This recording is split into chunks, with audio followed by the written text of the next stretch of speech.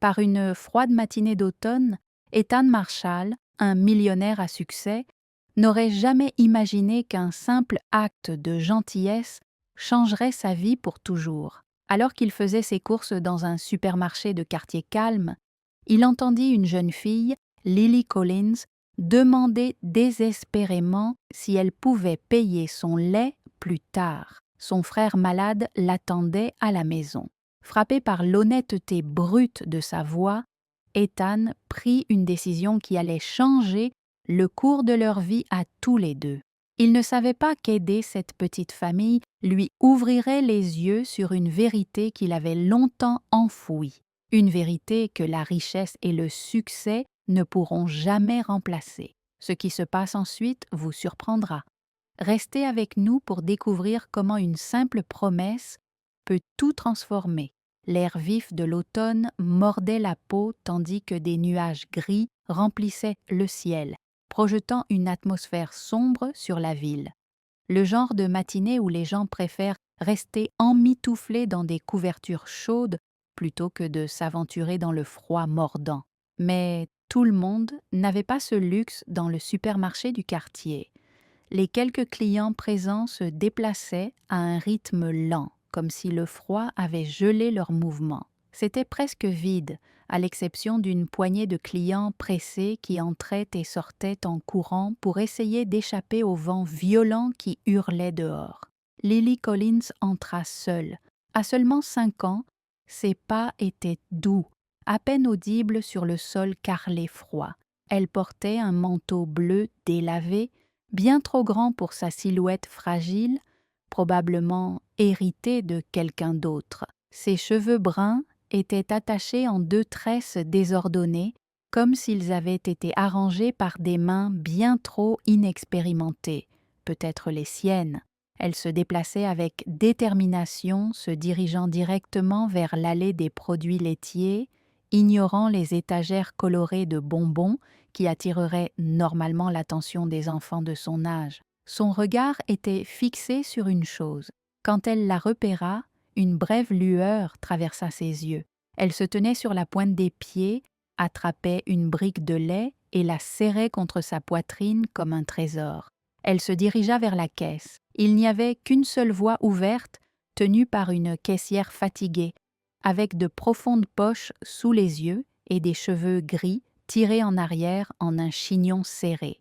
Devant elle se tenait un homme grand, vêtu d'un costume sombre, Ethan Marshall. À 40 ans, Ethan avait l'air de quelqu'un qui avait passé des années à bâtir un empire, mais dont les yeux portaient le poids de la solitude. Lily se tenait tranquillement derrière lui, tenant le lait à 2 mains. Elle était si silencieuse qu'Ethan ne remarqua même pas sa présence jusqu'à ce que le caissier ait fini d'enregistrer ses articles.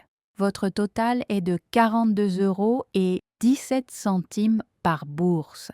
La caissière avait une voix monocorde, tandis qu'Ethan attrapait son portefeuille. Lily s'avança, sa voix remarquablement claire pour un enfant si jeune, coupant le silence. « Excusez-moi, madame », dit-elle en lui tendant la brique de lait. « Je peux payer plus tard ? Mon petit frère est malade à la maison. » La caissière la regarda fixement, un mélange de surprise et d'inconfort traversant son visage. « Désolée, ma chérie, on ne peut pas faire ça. As-tu de l'argent ?» Lily déglutit difficilement, son regard fixé sur la brique de lait. « Pas maintenant, mais je promets que je l'apporterai. Ma mère a dit qu'elle aurait bientôt de l'argent. » Il y avait quelque chose dans sa voix, un mélange de désespoir et de dignité qui fit s'arrêter Ethan. Il se retourna, la remarquant vraiment pour la première fois.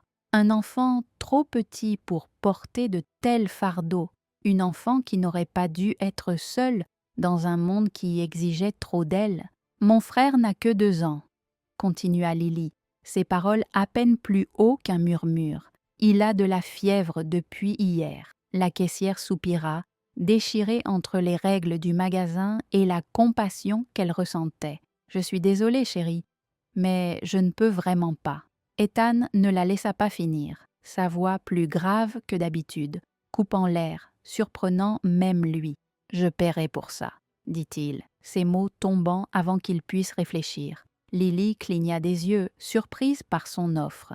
Ses grands yeux bruns rencontrèrent les siens, remplis de confusion. Elle n'avait pas demandé d'aide. Il ne l'avait même pas remarqué jusqu'à maintenant. Mais il était là, lui offrant quelque chose dont elle avait désespérément besoin. « Tu n'es pas obligé, » murmura-t-elle, sa fierté dépassant de loin son besoin. « Puis-je revenir plus tard ?» Ethan s'accroupit à son niveau. De près, il pouvait voir les taches de rousseur sur son petit nez, le léger tremblement de ses lèvres alors qu'elle essayait de garder son sang-froid. « C'est bon, » dit-il doucement. « Parfois, nous avons tous besoin d'un peu d'aide. Quand on le peut, on aide quelqu'un d'autre en retour. » Lily le regarda pendant un long moment comme si elle évaluait la sincérité de ses paroles. Lentement, elle hocha la tête. « Je te le promets, » dit-elle, la voix lourde du sérieux d'un vœu. Il paya son lait et le lui donna. Elle le tenait fermement comme si c'était la chose la plus précieuse au monde. « Merci, » murmura-t-elle d'une voix plus douce. « Maintenant, mon frère va aller mieux. » Avant qu'Ethan ne puisse dire quoi que ce soit d'autre, elle se retourna et sortit en courant du magasin, disparaissant dans l'air froid du matin. Il resta là un moment, un étrange mélange d'émotions tourbillonnant en lui. Quelque chose avait changé en lui avec cette brève interaction. Quelque chose qu'il n'avait pas ressenti depuis des années, quelque chose qui lui fit réaliser qu'un simple acte de gentillesse pouvait changer le cours de la vie de quelqu'un. « C'était une bonne chose que vous ayez faite, » commenta le caissier, interrompant sa rêverie. « Il y a beaucoup d'enfants comme elle ici. La vie est dure dans ce quartier. » Ethan hocha la tête distraitement, ne l'entendant pas vraiment. Son esprit était toujours fixé sur la fille. « La connais-tu » demanda-t-il. Le caissier haussa les épaules. « Je l'ai vue plusieurs fois, toujours seule. Je pense qu'ils vivent dans ce vieux bâtiment de Lincoln Street. Vous savez, celui qu'ils vont démolir ?» Ethan hocha de nouveau la tête, le cœur lourd. Il connaissait ce bâtiment. Il l'avait dépassé à plusieurs reprises, le voyant tomber de plus en ruine. Mais maintenant, cela signifiait quelque chose de différent. Cela signifiait Lily. Cela représentait le monde de Lily. Il quitta le magasin, mais il ne pouvait s'empêcher de penser à elle. Il rentra chez lui quelques jours plus tard, le poids de la décision qu'il n'avait même pas réalisé qu'il prenait pesant sur lui. Qu'était vraiment une brique de lait? Pour lui, ce n'était presque rien, mais pour Lily, c'était tout. Lorsqu'il arriva à son appartement de luxe, il resta assis dans sa voiture pendant un long moment à regarder la ville froide et grise. Le visage de Lily n'arrêtait pas d'apparaître dans son esprit, ses grands yeux sérieux, la promesse qu'elle avait faite et la force silencieuse qu'elle portait dans sa petite silhouette. Et puis, ça le frappa. Pour la première fois depuis longtemps, il réalisa qu'il était fatigué de sa vie. Il était fatigué du vide, de la solitude qui accompagnait son succès.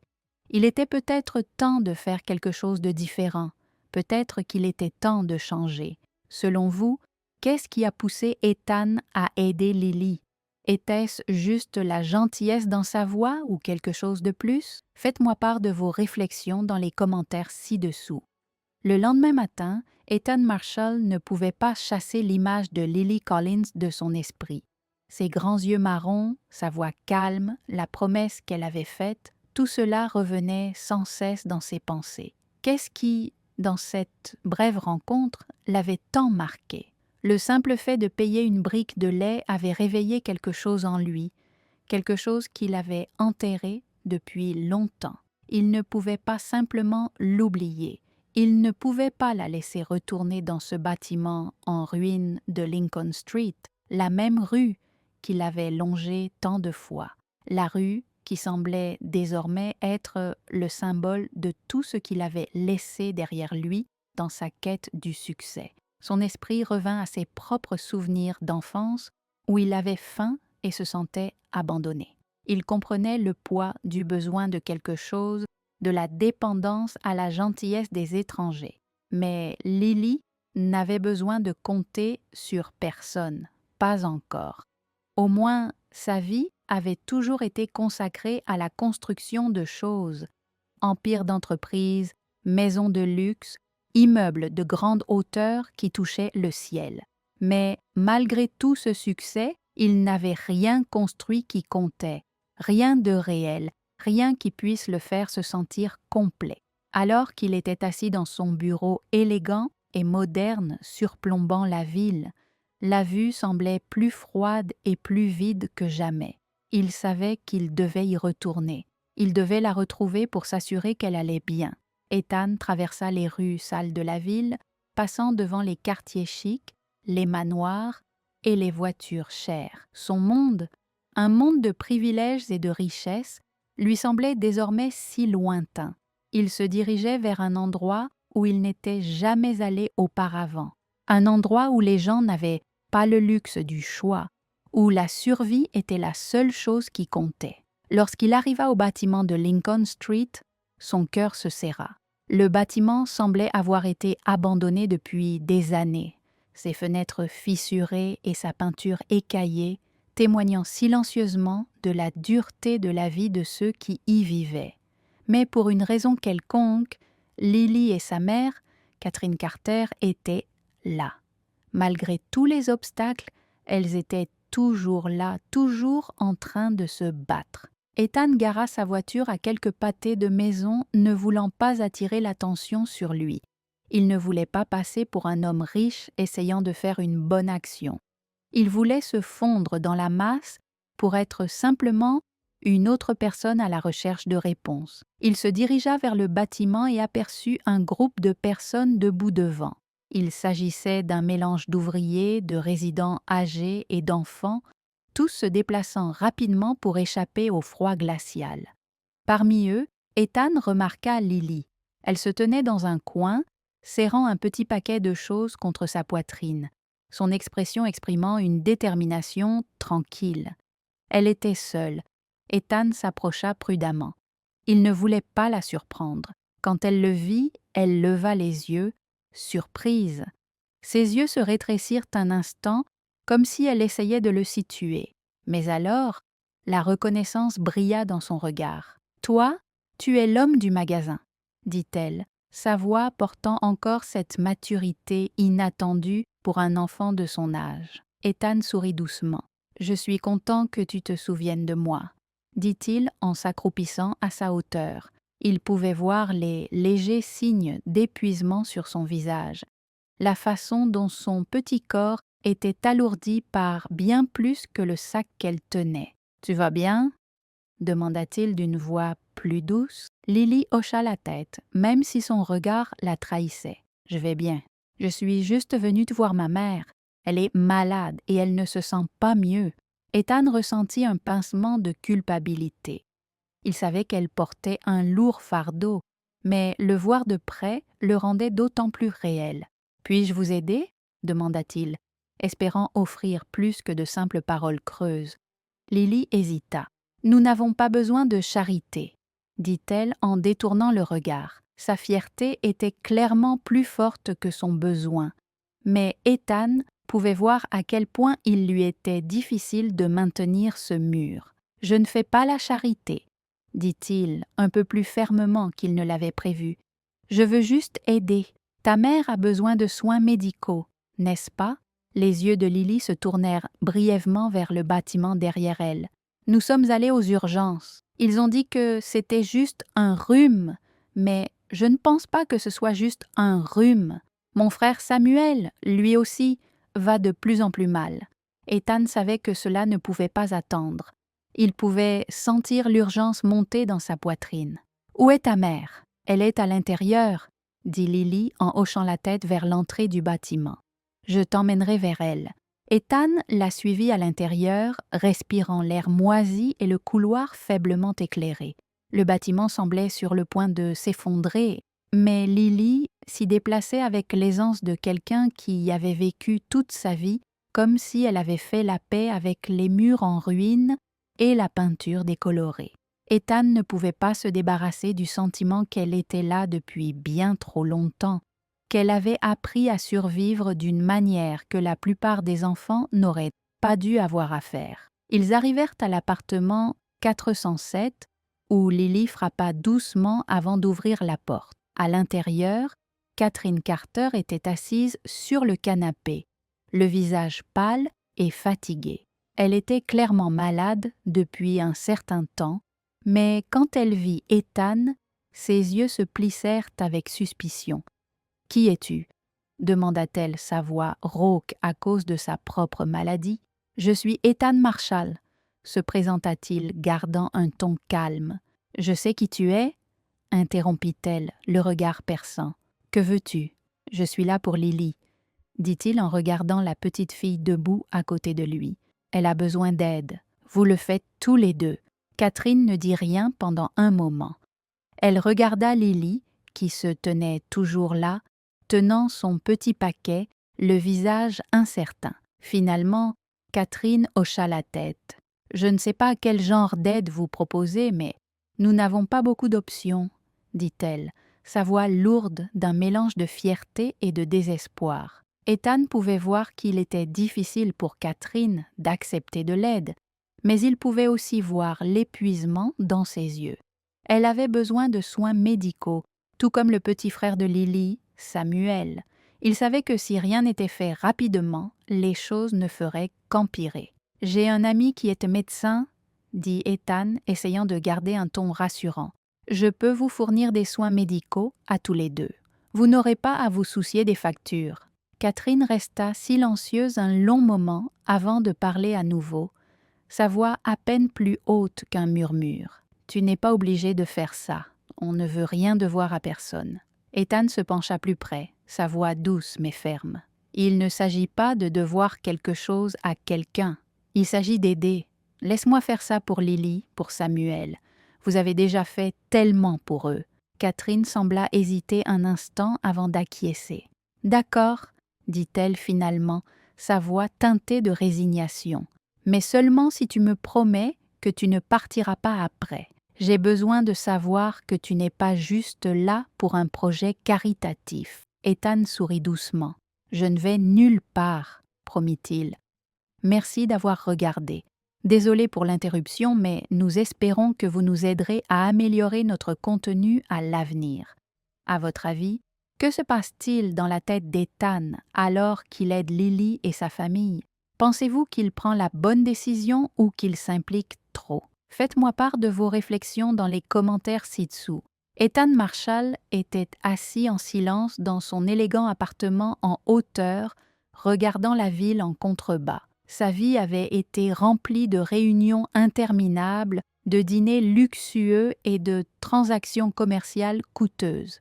Mais maintenant, pour la première fois depuis des années, cette vision semblait creuse. Son esprit n'était pas concentré sur son prochain grand projet ou sur les millions qui attendaient d'être gagnés. Ses pensées étaient absorbées par Lily Collins, Catherine Carter et Samuel. Il avait essayé d'ignorer l'attrait lancinant qui l'habitait, le besoin de les aider à changer leur vie. Mais plus il y pensait, plus il réalisait qu'ils avaient déjà changé sa vie. Ethan avait bâti son empire sur la quête de richesse.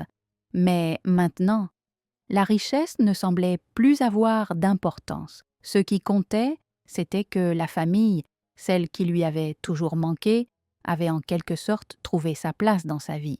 La décision n'a pas été facile à prendre. L'accord très médiatisé de Dubaï était tentant, mais il ne semblait plus être le bon choix. Ethan avait passé des années à bâtir sa réputation, travaillant sans relâche pour réussir. Mais quand il regarda Lily et la façon dont elle avait promis d'aider les autres quand elle le pouvait, il réalisa que le succès sans but semblait vide. Lily lui avait appris quelque chose qu'il n'aurait jamais imaginé apprendre, redevenir humain. Elle n'était qu'une enfant, et pourtant elle portait le poids du monde sur ses petites épaules. Elle avait dans ses yeux une sagesse qu'Ethan enviait et une force qu'il admirait. Elle n'attendait pas d'aumône, elle attendait une chance. Et puis, comme par hasard, il se retrouva à conduire dans les mêmes rues qu'il avait autrefois dépassées sans y penser à deux fois. La rue Lincoln, où vivaient Lily et Catherine, était aussi rude que dans ses souvenirs. Mais aujourd'hui, c'était différent. C'était l'endroit où il avait besoin d'être. Quand Ethan arriva au bâtiment, il n'eut pas de temps à perdre. Il était déterminé. Lily et Catherine avaient accepté son aide, mais ils savaient qu'ils ne pouvaient pas s'arrêter là. Ils avaient un besoin de plus qu'un coup de main. Ils avaient besoin d'une nouvelle vie. Ethan avait les ressources pour leur donner cela. Et pour la première fois, il n'hésita pas. Il monta les escaliers jusqu'à leur appartement. Alors que la porte s'ouvrait, Catherine l'accueillit avec un sourire las, les yeux remplis d'incertitude. Mais cette fois, Ethan n'était pas là pour faire la charité. Il était là pour faire une réelle différence. « J'ai réfléchi », commença Ethan d'une voix ferme et pleine de détermination. « Je ne peux pas simplement vous prodiguer des soins médicaux et m'en aller. Lily, Samuel, vous méritez mieux que ça. Vous méritez d'être à l'aise. Vous méritez une chance de vivre une vie sans vous inquiéter tous les jours. » Catherine recula. Son épuisement était visible dans sa façon de bouger. « Nous n'avons jamais eu une vie aussi inconfortable. Je ne sais plus à quoi ça ressemble. C'est exactement pour ça que je suis là, » dit Ethan, ses yeux s'adoucissant. « Je veux vous aider à reconstruire, pas seulement vous apporter un soulagement temporaire. Lily mérite un avenir où elle n'aura pas à porter le poids du monde sur ses épaules. » Catherine hésita, jetant un coup d'œil à Lily, qui se tenait tranquillement à ses côtés, les observant toutes les deux avec une intensité au-delà de son âge. Ethan pouvait voir que Catherine luttait contre l'orgueil, contre la peur de devenir dépendante de quelqu'un d'autre. Mais Ethan ne lui demandait pas d'être dépendante. Il proposait un partenariat. « Je peux vous aider à déménager dans un endroit sûr, inscrire Lily dans une bonne école et offrir à Samuel les soins médicaux dont il a besoin. » Ethan poursuivit. « Ce n'est pas de la charité, Catherine. C'est une chance de prendre un nouveau départ, d'offrir à Lily et Samuel la vie qu'ils méritent. » Après une longue pause, Catherine hocha la tête. « Je ne peux pas promettre que je ne m'inquiéterai pas à ce sujet. C'est difficile pour moi d'accepter de l'aide, surtout de la part d'un inconnu. Mais je vais essayer pour Lily, pour Samuel. » Ethan sourit. Il ne s'agissait pas de promesses, il s'agissait d'action. Et il était prêt à prouver qu'il était sérieux à ce sujet.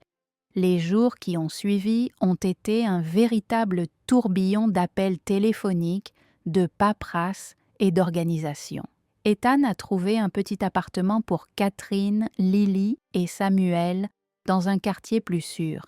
Il a pris des dispositions pour que Samuel consulte un médecin et Lily a été inscrite dans une école locale avec les meilleures ressources qu'il pouvait trouver. Ethan ne voulait pas simplement mettre un pansement sur leur situation, il voulait changer toute leur trajectoire. Au fur et à mesure que le nouvel appartement prenait forme, Lily et Catherine ont commencé à s'ouvrir davantage.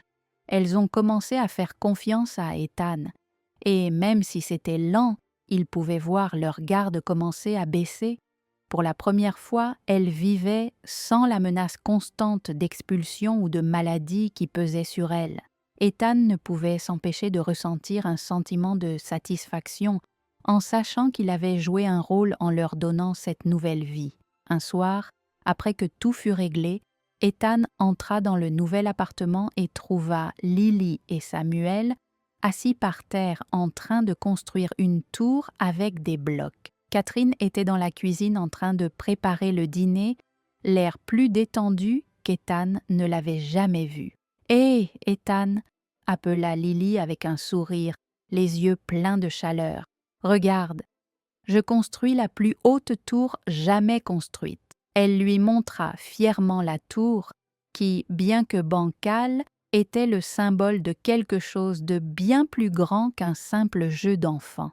Ethan s'accroupit à côté d'elle. « Je pense que tu as un avenir en tant qu'architecte, Lily, » dit-il en riant, ses petites mains empilant soigneusement les blocs. « Peut-être, » dit-elle en haussant les épaules, mais il y avait une étincelle dans ses yeux qui n'était pas là avant.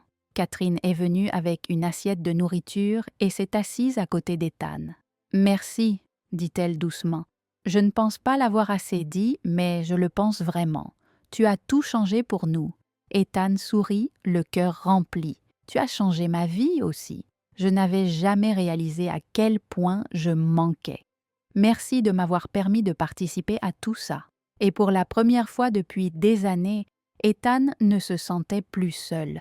Il avait l'impression d'avoir enfin trouvé ce qu'il cherchait depuis toujours. Cette histoire met en lumière le pouvoir de la compassion et comment de petits gestes de gentillesse peuvent changer des vies.